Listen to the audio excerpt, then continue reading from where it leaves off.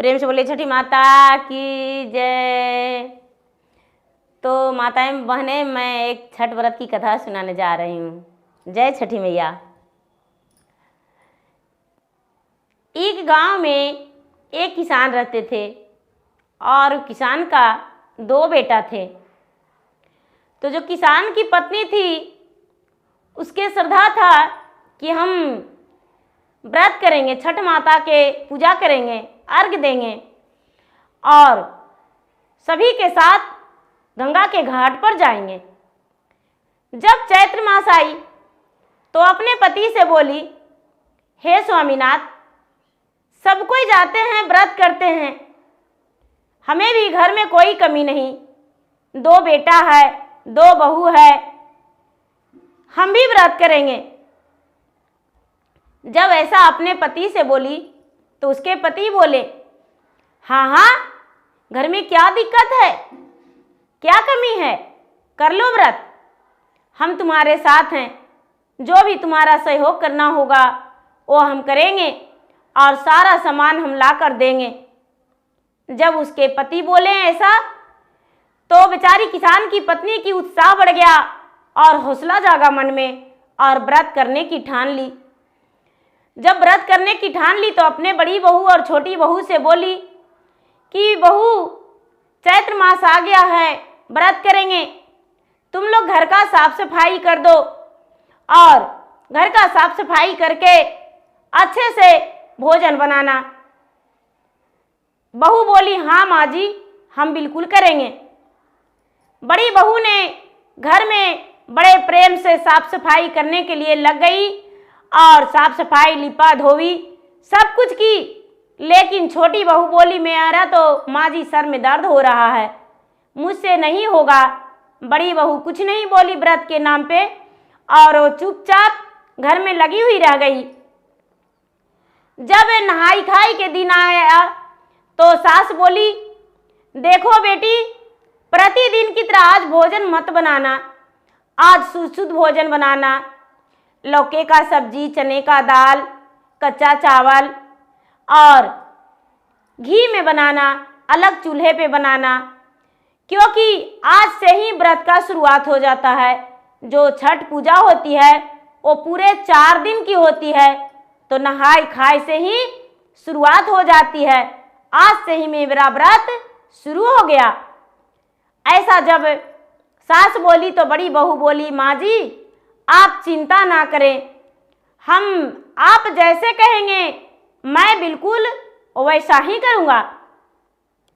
बड़ी बहू ने बड़े ध्यान से इस बात को सुनी और अपने सास को बात मन में लगा ली और मन में लगाकर जैसे जैसे सासू माँ बताई उसी तरह बेचारी बड़ी बहू की। और छोटी बहू बोली, मुझसे ऐसा भोजन नहीं बन पाएगा, मैं ऐसा, मेरा मायके में ये सब नहीं होता था, क्योंकि ये सब पूजा पाठ करने से क्या होता है, ये सब ढोंग है, ये सब तो आप लोग ढोंग करते हैं, झूठ मूठ के फल लाते हैं, झूठ मूठ के पूजा करते हैं, झूठ मूठ के अर्घ देते हैं, ये सब भूखा रहना मुझे बिल्कुल पसंद नहीं है। बड़ी बहू बोली, ठीक है, चुपचाप रहो, जब तुम मेरा हाथ नहीं बटाएगी तो मेरे साथ बकवास मत करो। छोटी बहू चुपचाप अलग हो गई, साइड हो गई और बड़ी बहू काम करते रह गई। जब बहन जी खरना के दिन आया तो बड़ी बहू ने अपने सास से बोली, माँ जी आप चुपचाप एक तरफ बैठिए, एक तरफ बैठकर देखिए, आपके लिए भगवान का भोग प्रेम से हम बना देंगे और बनाकर और आपके थाल हम सजा देंगे। आप धूप दीप जलाकर और भगवान को भोग लगाकर और अपने भी खरना कर लीजिएगा। सास बोली, हाँ बेटी ठीक है, बहुत अच्छा है। बड़ी बहू ने बड़े प्रेम से भगवान का भोग बनाई और भोग बनाकर और अपने सास के लिए भोग लगा दी, अपने भगवान के लिए भी भोग लगा दी और अपने सास से बोली, सास भी नियम धर्म के अनुसार भगवान के भक्ति श्रद्धा से पूजा पाठ की और वो भी खरना कर ली। जब खरना कर ली तो पहला अर्घ के दिन छोटी बहू अपने पति से कहती है कि देखिए, आज मुझे मछली खाने का मन कर रहा है, मेरा जी कर रहा है कि कब मछली मैं खाऊं। छोटी वाली बहू के जो पति हैं किसान के छोटे बेटा, वो कहते हैं, अरे कैसा तू पापन है, मेरी माँ ने व्रत किया है, आज के दिन तो लोग बड़े खुशी से जाते हैं गंगा के घाट पर और खुशी खुशी सूप देते हैं, दान करते हैं, फल दान करते हैं, फूल दान करते हैं, और तुम हो जो मछली खाने का पड़ा है तुम्हारा। छोटी बहू कहती है कि यदि मेरे लिए मछली नहीं ला दीजिएगा तो मैं छठ व्रत कुछ नहीं मानूंगा, अपने गले में फांसी लगाकर और मर जाऊंगा। उसके पति डर के मारे किसी से नहीं बताए और साथ साथ मां के साथ साथ अपने पत्नी को भी जबरदस्ती ले गए गंगा के घाट पर। मां ने, उसका किसान की पत्नी ने बेचारी अर्घ दी और अर्घ देकर सबके साथ लौटी। जब सारा लोग लौटे तो छोटा बेटा ने बाजार गया और बाजार में मछली खरीदवा कर और जो मछली भूनता है उससे मछली भुंजवाया और भुंजवा कर चुपके से एक थैली में करके और लाके अपने पत्नी को दे दिया।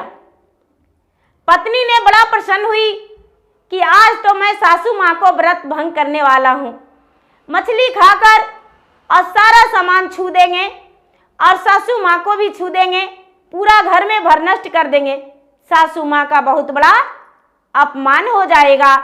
और देखते हैं मेरा जेठानी क्या करती है, मेरा जेठानी का तो पता भी नहीं चलेगा और पूरा घर में हम भर नष्ट कर देंगे। गुरु भाई बहना, भगवान सूर्य देव का महिमा, छठी माता का महिमा, उनका महिमा कहाँ नहीं जाता है और नहीं गिन चुन जाता है। उनका महिमा तो अपरंपार है, उनका दिया हुआ और रचा हुआ तो पूरा संसार है। जब छोटी बहू ने अपने पति के साथ पलंग पे बैठी और अपने पति से बोली, क्या आप नहीं खाएंगे मछली, हम अकेले खाएंगे? उसके पति कहते हैं, सारी बात मैंने तुम्हारा माना, लेकिन इस बात को हम नहीं मान सकते हैं, चाहे तू जो करो, हम मछली नहीं खाएंगे। मेरा माँ व्रत में है, मेरी माँ पहले भी व्रत करती थी जब हम छोटे थे और मेरी माँ बहुत दिनों के बाद इस बार व्रत की है, तो माँ का अपमान हम नहीं कर सकते हैं। बड़े नियम धर्म से व्रत की जाती है। ऐसा बात जब उनकी पत्नी सुनी, किसान के बहू सुनी, तो कहती है, मैं तो मजे से मछली खाऊंगी। और पलंग पे बैठकर एक थाल में मछली निकाली और निकालकर खाना शुरू की। पहले ही मछली का निवाला ली और लेते ही उसका कांटा उसका कंठ में फंस गया, अटक गया, ना ही तो भीतर जा रहा है और ना ही तो बाहर निकल रहा है।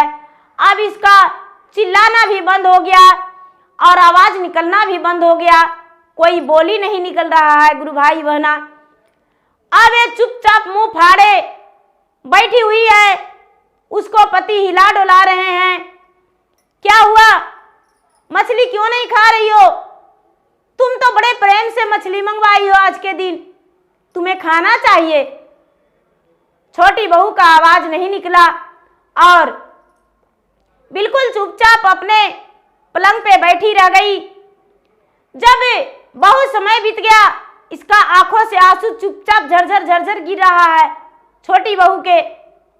उसका पति जोर से शोर मचाया, माँ माँ जल्दी आओ। छोटी बहू के देखो क्या हो गया है, चुपचाप आंखों से आंसू गिरा रही है, आवाज नहीं निकल रहा है। अब उसका हक्के बक्के बंद हो गया था। मछली के कांटे फंसने के कारण भगवान का महिमा अपरंपार होती है। गुरु भाई बहना, उसकी सास, जेठानी और ससुर, उसकी ननद, आए हुए 2-4 रिश्तेदार, सभी लोग उसके कमरे में आए। देखते हैं छोटी बहू तो कमाल कर रही है, मछली पूरा उनका थाल में भरा हुआ है और छोटी बहू जो है चुपचाप खाई है जो मछली उसका कांटे फंसा हुआ है। सास देखी, कहती है अपने बड़ी बहू से, बेटी दूर ही रहो, देखो उसका थाल में मछली परोसा हुआ है, कितना बड़ा अपमान कर रही थी हम लोगों का।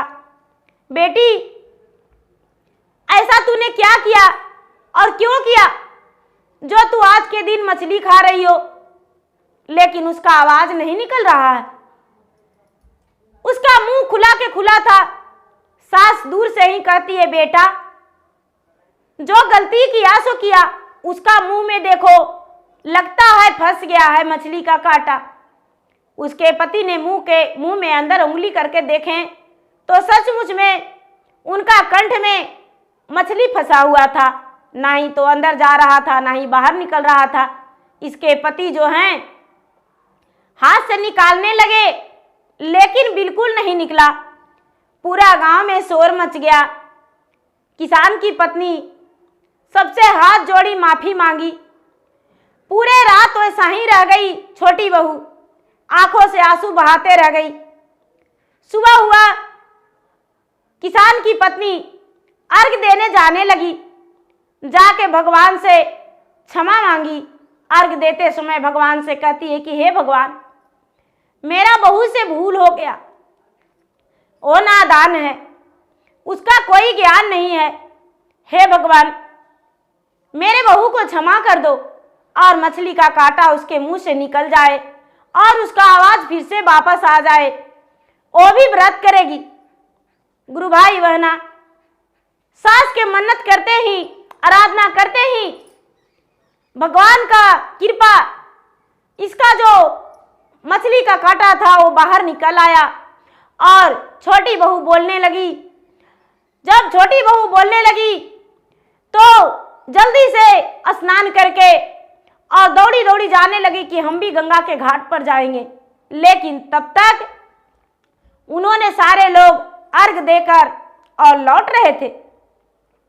रास्ते में साथ आई। घर आने के बाद झट से एक सुंदर सा पीतल का थाली लाई और अपने सास को चरण धोई।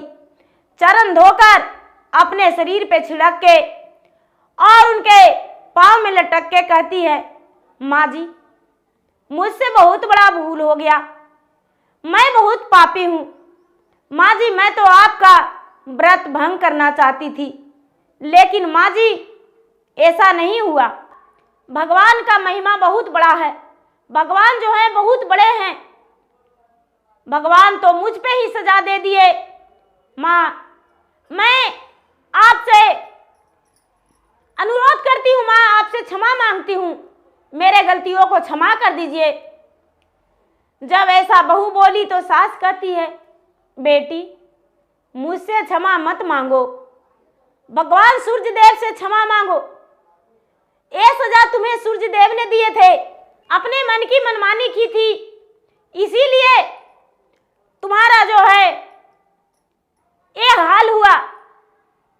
ओ क्या कि बहू ने भगवान के सामने हाथ जोड़कर और भगवान से क्षमा मांगी, हे भगवान इस बार तो मैंने गलती किया, लेकिन जब अगला व्रत आएगा, फिर से दोबारा व्रत आएगा, तो आपके व्रत में बड़े प्रेम से हम व्रत करेंगे और लोगों का दान करेंगे, और जो भी व्रत करेंगे उनका अपमान हम कभी नहीं करेंगे, क्योंकि आपका महिमा अपरंपार है। भगवान मुझे क्षमा कर दीजिए।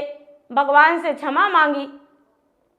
उसकी सास भी भगवान के सामने हाथ जोड़कर कहती है, हे भगवान आप तो सबको क्षमा करते हैं, सबके सहारा आप ही करते हैं, पापी को भी और पुनी को भी, इसलिए मेरे बहू को भी क्षमा कर दीजिए। भगवान मेरे बहू ने गलती किया, अब दोबारा गलती ऐसा नहीं करेगी।